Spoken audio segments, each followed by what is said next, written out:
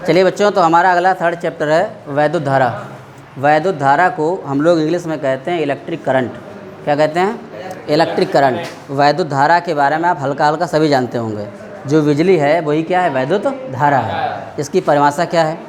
आवेश प्रवाह की दर को वैद्युत धारा कहते हैं। क्या डेफिनेशन है?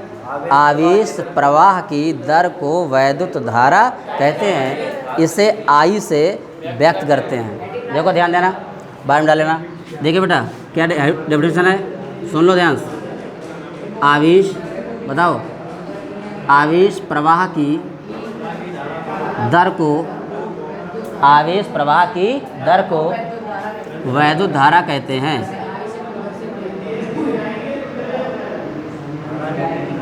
वैद्युत धारा कहते हैं, ठीक है बेटा।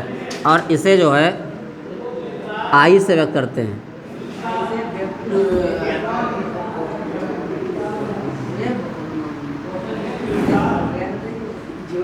बात समझ आई? समझ आ गया? वैद्युत धारा क्या है?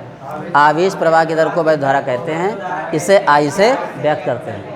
अब आगे आ जाओ, समझ आ गया होगा, याद हो गया होगा आपको। अब जरा ध्यान देना, इसके कुछ सूत्र और फार्मूले भी हैं। देखना बेटा, इसका फार्मूला होता है आई बराबर क्यू अपॉन टी। क्या फार्मूला है? आई बराबर क्यू अपॉन टी, एक फार्मूला है।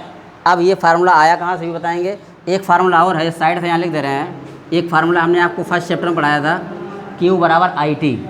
क्या फार्मूला होता है बेटा? क्यू बराबर क्या होता है? I T.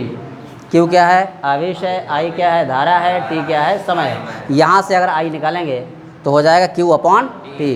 तो ये क्यू अपॉन टी आया। एक फार्मूला और होता है पहले चैप्टर में, क्यू बराबर एन ई। तो जहाँ क्यू लिखा है वहाँ चाहे तो क्या लिख सकते हैं? एन ई लिख सकते हैं। तो ये फार्मूला बन जाएगा एन ई अपॉन टी। हमारी बात समझ आई नहीं आई?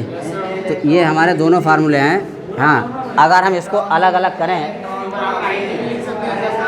बेयर, जहाँ देखो बेटा ध्यान, अगर हम अलग अलग समझें इसको, तो क्यू जो है, क्यू आपका आवेश है, वैद्युत आवेश। क्यू क्या है? आवेश है, सेवा में पिट जाओगे। और टी जो है वो है समय। टी क्या है? समय। एन जो है इलेक्ट्रॉनों की संख्या है। एन क्या है?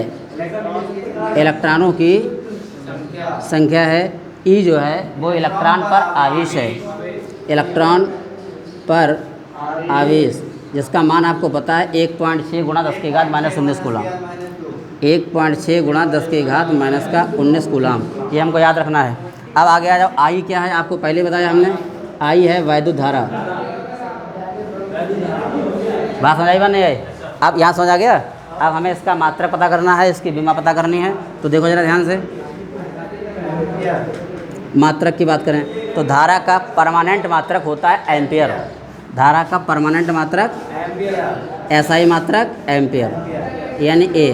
ठीक है, आगे आ जाओ। अब ऊपर क्या है? आवेश है। आवेश का मात्रक होता है कूलाम। तो देखो या करके आप लिख सकते हो, आवेश का मात्रक हुआ कूलाम। और आपस नीचे देखिए समय है, समय का मात्रक होता है सेकेंड। तो क्या मात्रक बना? कूलाम बटे कूलाम पर सेकेंड। अब हम विमा की बात करेंगे इसके, तो विमा कैसे निकाली जाए? देखो ध्यान से, ऊपर देखिए आवेश है और आवेश की विमा होती है एटी। ध्यान देते रहना, आवेश की विमा होती है एटी और समय की विमा होती है टी। टी से टी क्या हुआ? विमाओं में काटा नहीं जाता है, तो बचा क्या? ए बचा। समझ आई बात नहीं आई? ए बन गया। आगे आ जाओ, अगला टॉपिक इसका राशि। तो जो वैद्युत धारा है बेटा, ये अदिश राशि है। कैसी राशि है?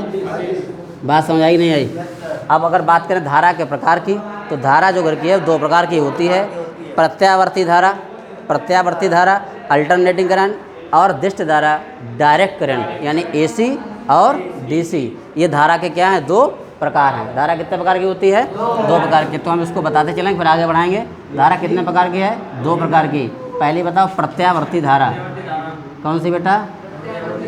प्रत्यावर्ती धारा।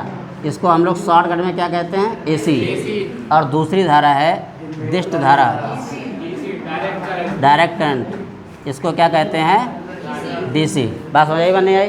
ठीक है, तो यहाँ तो नोट कर लीजिए। ठीक है, अब नोट कर लीजिए आप लोग।